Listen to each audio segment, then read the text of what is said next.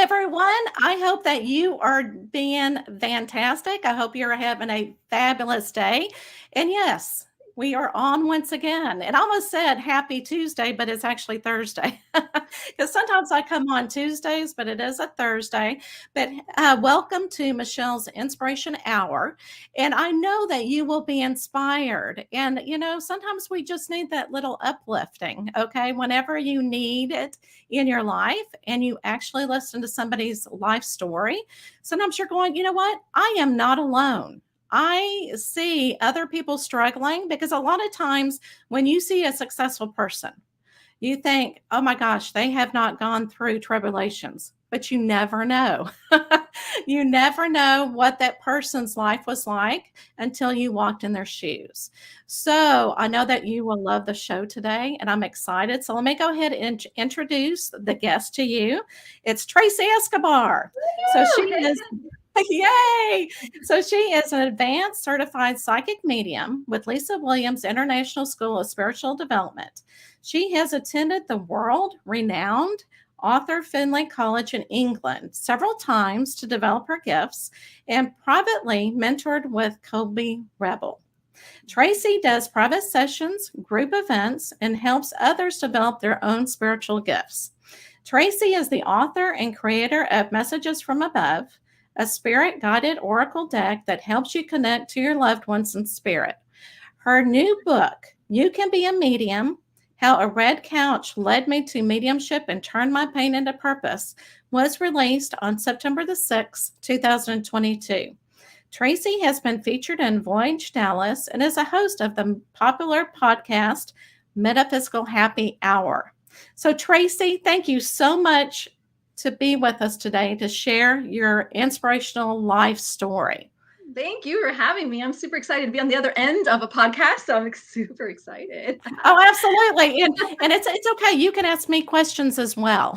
So we can interview each other. So as we go through it, and it's so interesting, and I'll let everybody that's listening know this, that whenever I read that she helps people find their spiritual pathway, well, she did me. Okay. So she was one of my mentors and helped me get on the right pathway. But before we go into your story, I do want to congratulate you, okay, on being the #1 Amazon bookseller. That is a huge achievement. And I'm going to do the little clapping.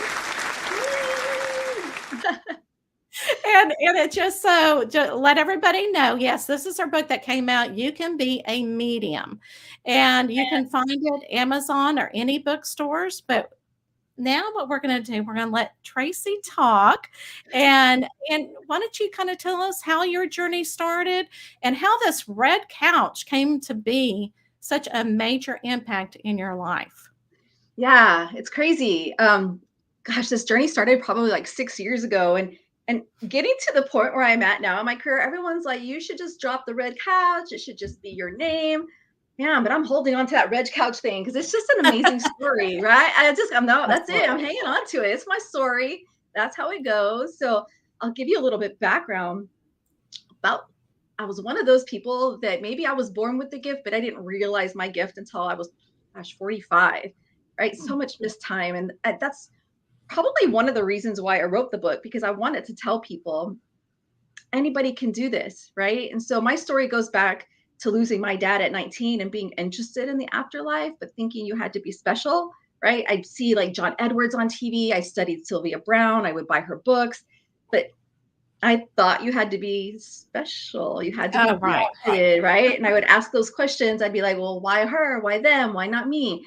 And so that was kind of my journey through my 20s and 30s, still reeling from the death of my father, still struggling with some childhood abuse that happened to me. So I spent 20s and 30s running, numbing, and hiding. And I know a lot of people can probably relate to that.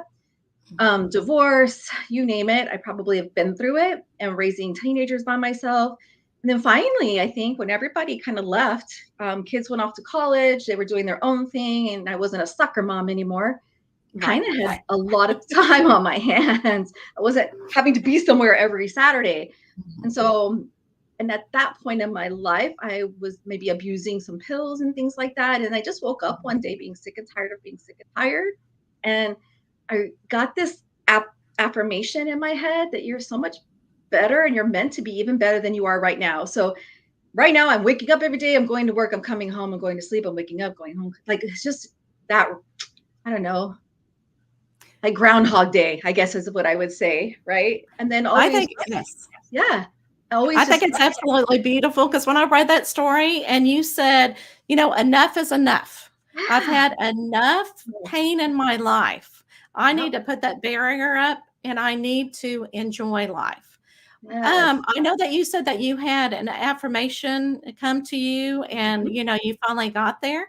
What yep. can you tell somebody that is really having, that same type of problem in their life and they're going, Tracy, I know that you got there. How do you eventually get there? Yeah. So started with,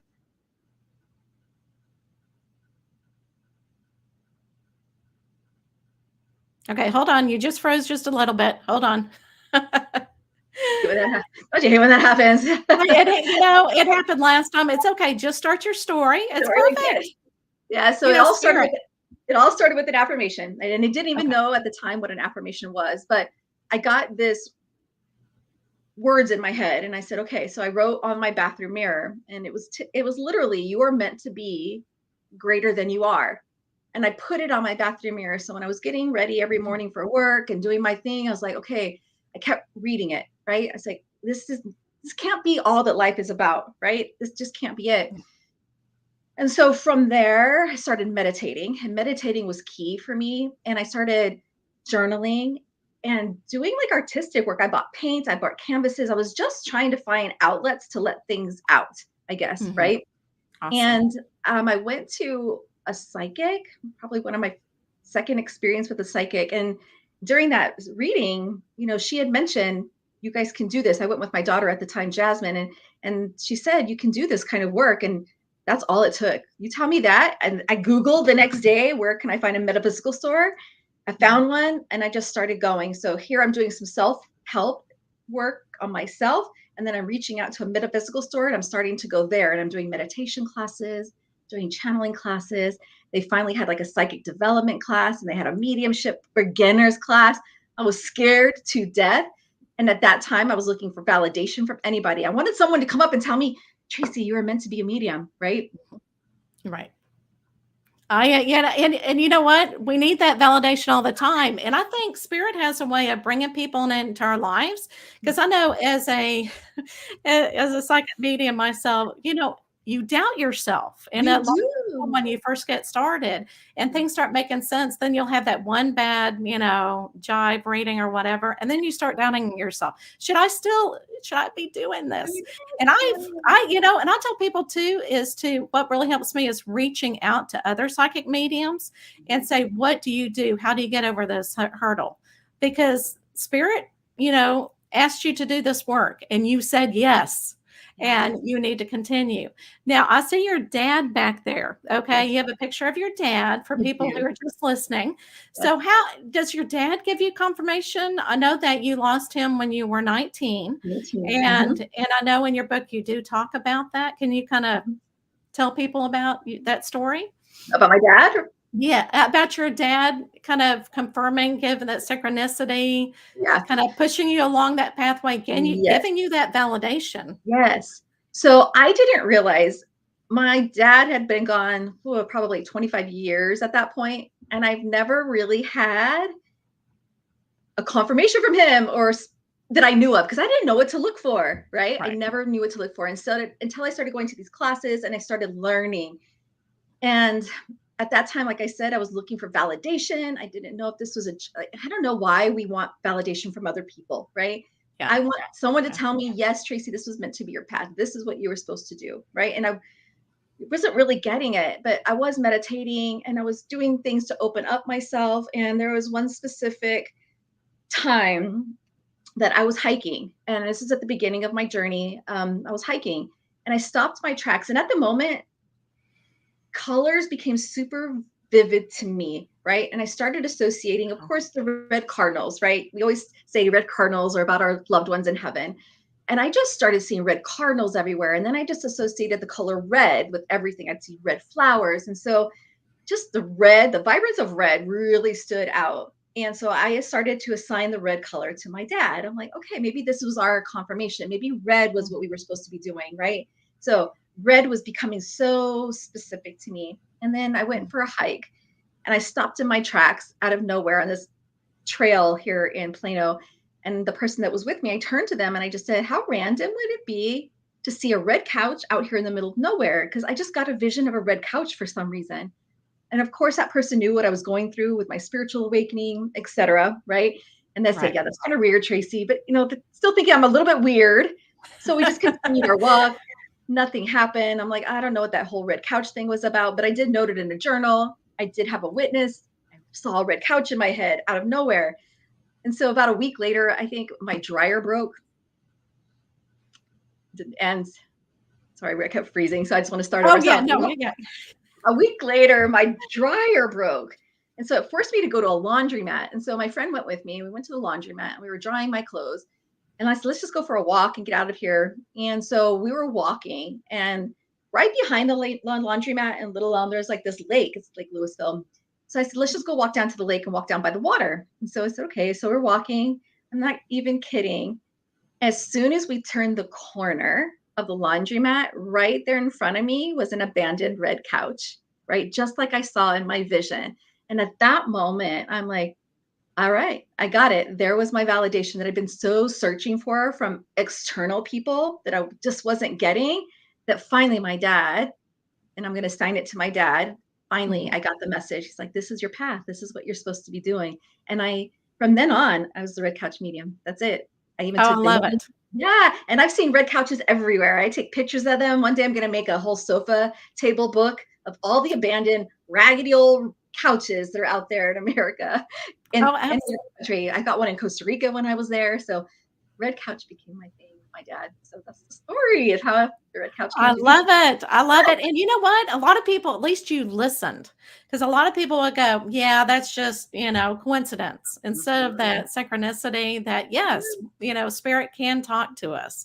Yes. And I remember that you told me one time too, that you were meditating and you could feel your dad holding your hand. Yes, it's so crazy. Yes. It finally got to the physical where I could actually feel, I remember laying in bed and I felt somebody kind of hugging me. It's really weird. It was in the beginning of my journey. And I think at the beginning of your journey, and you can probably attest to this, things are more loud from spirit because I guess they're just trying to get you hooked. Yes. So things are bigger and louder, right? I heard my name being called out. Like I heard things. And in this particular time, I felt someone hugging me on the bed. And I was super scared because I just started messing around with spirit world and all that stuff. And in my head, I was like, oh my God, who is this? And out of nowhere, and I heard it audibly. It's your father, audibly. And I'm like, all right. So, and then I got addicted to the magic, right? This world is magical. Yeah. And then I just couldn't wait to get to every single class I could get to. I got so much passion behind it. And that's what I would tell people. This is not for the faint of heart. Another quote that I love that I've made up is, mediumship is the hardest thing I've ever done with the most rewarding experiences I've ever had, because it is not an easy road to take, period. Right? A lot of people will give up because it's hard. You doubt yourself. You don't trust yourself. There's so much that goes into becoming a medium. It's not like I took one class and hung my plaque, right? I'm a psychic medium. No, it took a lot of work to finally get to this point. So I just wanted to drop that into. Yeah. Oh, and I totally agree because, a lot of people think, you know what? I think it's just going to come. They wait. And it's like, you know what? It's like anything else, like riding a bike. You have to fine tune that skill. It is a skill and you get better. And I think don't you think it's all in the communication with your spirit guides and with your loved ones? You kind of find those symbols and you start trusting it. That's what the key is, right? Yeah. I had one student one time because I mentor too. And I had one student was getting so frustrated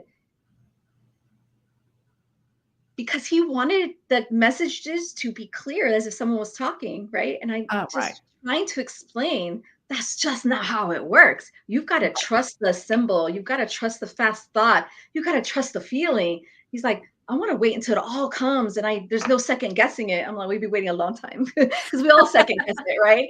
And we just get to Right. that place where we finally learn to trust what we get and we don't care if we get a no anymore. Finally got to that point, right? So if you're starting out, I just say keep going, keep going, keep going. That would be my advice to anybody. And I love in your book how you have the exercises that you learned and that really resonated with you, because it will resonate with others. And it is a very, easy to read book. It's not real difficult, which is awesome, which is perfect. Yes, So yes. can you explain, because a lot of listeners may not know what a medium is, they have that. Well, what's the difference between a medium and a psychic? And also you kind of talked about the symbols coming in and everything. Kind of talk about how you read spirit. Sure. Yeah. So psychic is when someone connects to you on a psychic level. I always like to do direction. I connect this way into you, your aura, and try to pick up information about you. And then like your career, life, love, money, that kind of thing.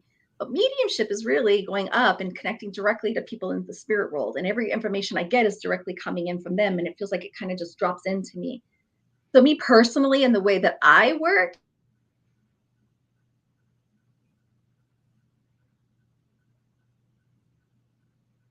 Okay, hold on, everybody. It will unfreeze in just a second.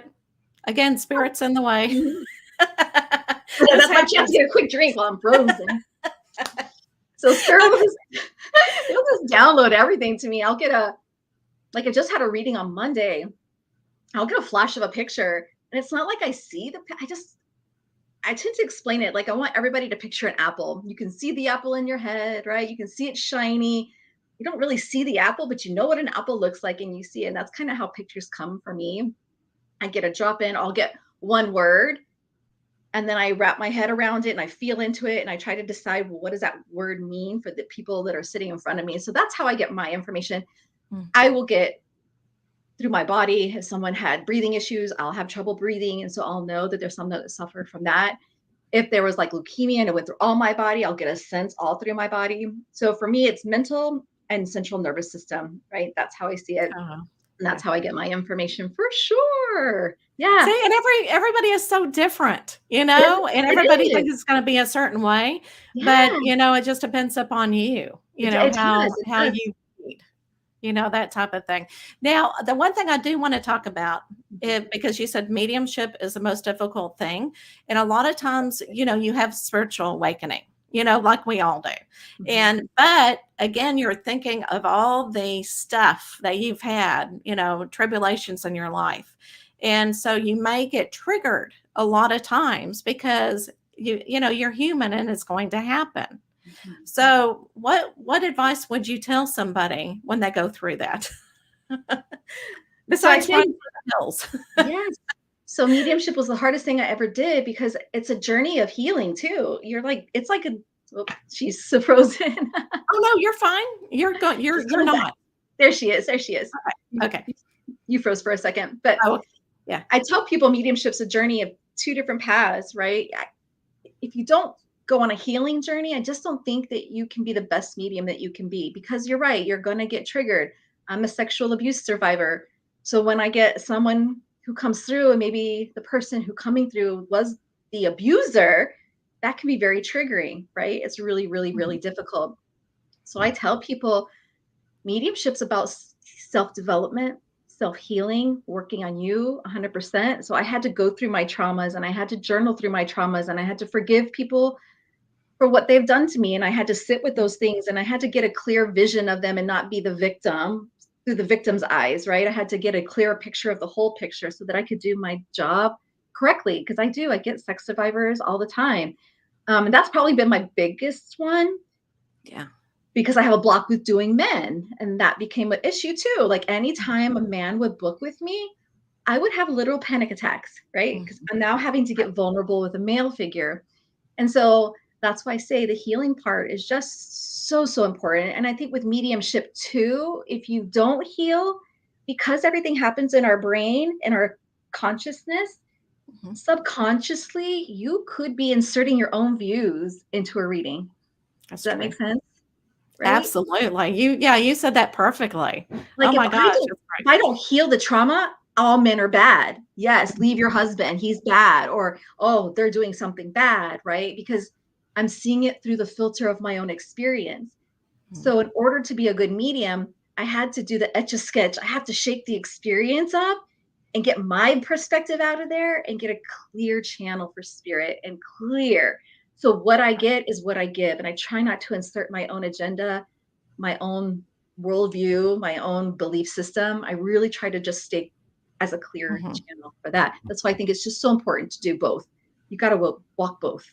Oh, absolutely. And I think that's interesting that you said that spirit will bring you people that have the same experiences as you have had. Because I get a lot of teachers, a lot of educators. Yeah. Yes. Yeah, and just like you said, what you've been through the experience. Now, okay, so I want to ask this question. It just keeps popping up. And that tells me it's time to ask. So think about when you were younger. Okay. And I don't care what age that is, but when you're younger, okay. When you're, at home going through, what would you tell yourself if you were able to go back through time and tell yourself, what would you tell yourself? What advice would you give to yourself? Oh my. I know it's kind of a loaded question. No, and it's hard, right? I think the generation we grew up, we didn't have a lot of resources. We didn't have the internet. People forget that. Like when I was growing up, I did not have the internet. So you don't know who to reach out to, right? So I kept a secret for a very, very, very long time, right? Living through secrets and not ever telling anybody and just keeping that to myself and just hoping for one day just to get out, right? And hoping one day I'd be okay. And then I think as kids, we like to stuff and we like to pretend things didn't happen. And kids are resilient. We can go on and be fine, right? So if I had to go back and tell that little girl, we would be fine. I just wish we would have found our purpose sooner, is what I would say. Right. Yeah. And I think that's the amazing thing for the generations now. There are so much resources, even if it's through social media. You know that you need healing because we all talk about it so much on social media. You know that self-reflection is important. We all talk about it. Like there's more people talking about it. And I think that's why we have such a big cancel culture now, right? The new generation is just not putting up with anything. They're just canceling, right? But the generation that we came from, we just didn't know. We didn't know that I'm going to react certain ways because of something that happened 20 years ago, right? We had no idea that all that kind of carries with us. And so I think that was important. So if I could go back and look at my littler self, it would be, we are going to be okay. You are going to live your purpose and it's going to be fine. And everything happens for a reason. Right. And it's okay. Because who knows, maybe if you didn't go through that, you wouldn't be where you are today. I mean, you think about that kind of shaped and molded you, even though it's difficult to think that way. Because sometimes it's like, it's true, right? And I tell people that will help you move from victim to survivor, right? When I no longer allow the actions or the abuse or whatever happened to me, it no longer has control over me, if that makes any sense. Because I now see it from a different, I wouldn't be here today if that didn't happen, if I didn't lose my dad in 19 and had that trauma. I didn't have a toxic marriage. Now I can look back and say, why did all that happen? Right? Everything leads. If everything's rosy and wonderful, you're never going to search out your purpose, right? I think we all have to kind of go through hard times. That's why I wrote the book. And it's really weird. I know it's titled, You Can Be a Medium, but it's really for anybody. You don't have to want to be a medium, right? Because it's really is. Look at all the trauma people can go through and how successful you can still be on the other side if you just do your healing. So, and I also think it's spiritual. Not only that, but I think it's seeing somebody going through their spiritual awakening and their journey. I think can be spiritual for anybody, that kind of thing. Shelley said, and let me read, I learned from my grandmother generation to sweep hurt under the rug. So she's agreeing with you that, that our generation, we would like, shh, and that would be harm than good. It is. And I'm still going through it now. My mother is having a very difficult time with this book. Very difficult. She comes from a generation where you don't put your dirty laundry out on the internet or in the book, right? Right. And I want to say thank you for that because, again, that's going to help so many people. But yet at the same time, you had to be vulnerable. I did. And that is tough in itself. So that is a gift for us. Yeah. And it was really important to me. If I'm going to do this, I have to tell the truth. I have to be vulnerable. And I was afraid of being judged. There's a lot of stuff in there anybody could judge me for, right? Right. But if I didn't put in, I just wanted to make sure everyone knew I was human. Yeah, absolutely. And these are choices I made. They were good, they were bad, some were ugly and affected people, but I'm owning it. I'm putting it out there. I'm taking accountability for it. This stuff happened. You know what? It gave me a voice that I haven't had in a really long time because I knew people were going to be upset, but I did it anyway. It's like, this is my way of finding my voice, right? Very good. I had a secret for a long time, and the man's never been prosecuted, nothing's ever happened. But now I can speak my truth to the world and I don't care, right? Absolutely. Well, thank you so much. All right. Is there anything that we did not want, that we didn't talk about, that you want to make sure to bring up in the conversation? If you have a passion for something, if you have an inkling, go for it, right? We live this lifetime and we're meant to grow as humans, as spiritual beings. We're not meant to stay stuck on the hamster wheel, right? So go give it a shot, right? Just give it a shot, right? It doesn't matter what you've been through. It's never too late. I was 45 when I started to change my life. So it's never, ever, ever too late. And I just want to, hopefully you all find your thing, find your purpose. Absolutely. Anita is clapping. She loves that. She loves that. I love that we can do that, correspond back and forth. That is very, very inspirational. Are you ready for the wheel? The last question? The last question, the wheel. Let's do it. Okay, I'm going to make it disappear so we can actually see it. I know. Okay, let me see. Yeah, because it's so little. All right. All right. I'm going to spin it. Let's see what happens. Ooh.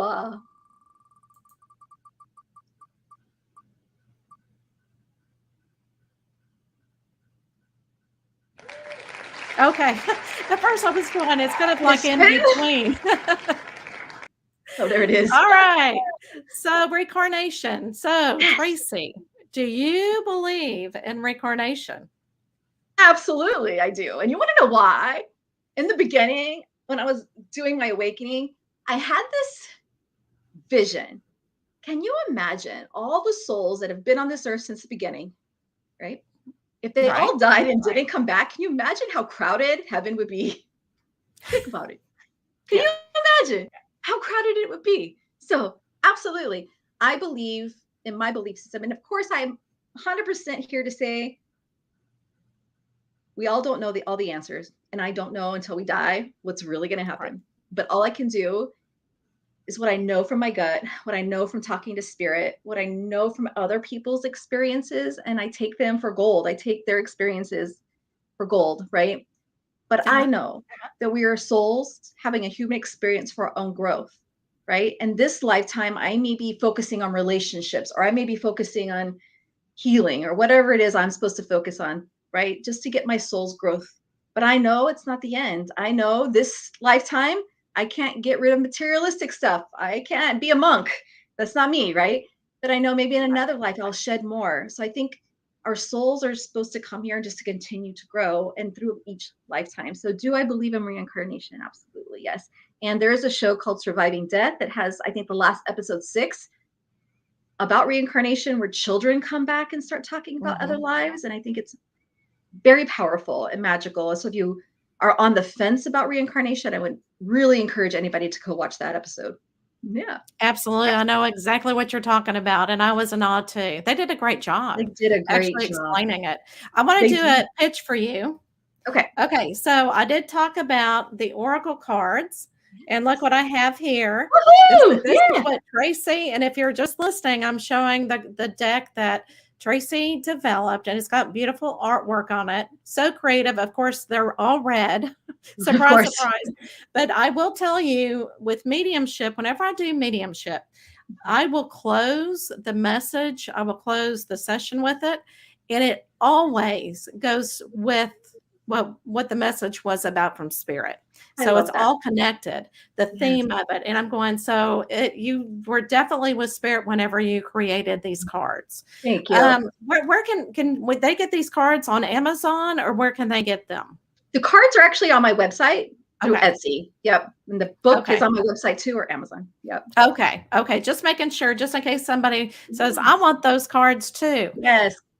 And the last thing, can you show us your dad behind you? Kind of show, because my daddy when he was younger. You guys see it Oh with my all my gosh, he is light. young there. Yeah. I think he was in junior high I was here. going to say he is very young, very Yeah, handsome young man, though. keep him on here. You know what's something else I forgot to say? And I know we're Yeah. wrapping up. Oh, sure. Why No, red go was ahead. why red was so important. And I didn't realize that until I started writing my book, and it finally realized why red. So Okay. I was 19 when he passed away. And at the funeral, everyone wore black. I was the only one. I wore a red dress. Oh my gosh. So I think the Oh, red just came beautiful. back full circle. Yeah. And Yes, I it did. didn't realize it until I was writing the book that, oh my God, I wanted to stand out. So I wore red. I had red heels. I had a red dress on. And I was the only one in color. Everybody else was black. Yes. Well, it's a good thing you look good in red. Thanks. As I wear it all the time. Because if it was my primary color or symbol, I don't look good Yeah, in I don't, red. I you look want to, not with the red hair. Yeah. it just kind of washes me out. So it's a good thing you look good in red. All right. So everybody, you've heard it here. Tracey has such an inspirational story. And I'm going to bring up her book again before we leave, but You Can Be a Medium. And again, it kind of talks about her tribulations. It talks about things that you can do if you want to become a medium, exercises that you can do. So it really, really helps. Even if you're not into mediumship, again, we discussed it. It is a very powerful message behind that you can actually walk through a spiritual journey and make it through. I guess you make it, survive, I guess you could say. So thank you so much. And I hope everybody was inspired. And I will see you in a couple of weeks. Thank you. Bye, everybody.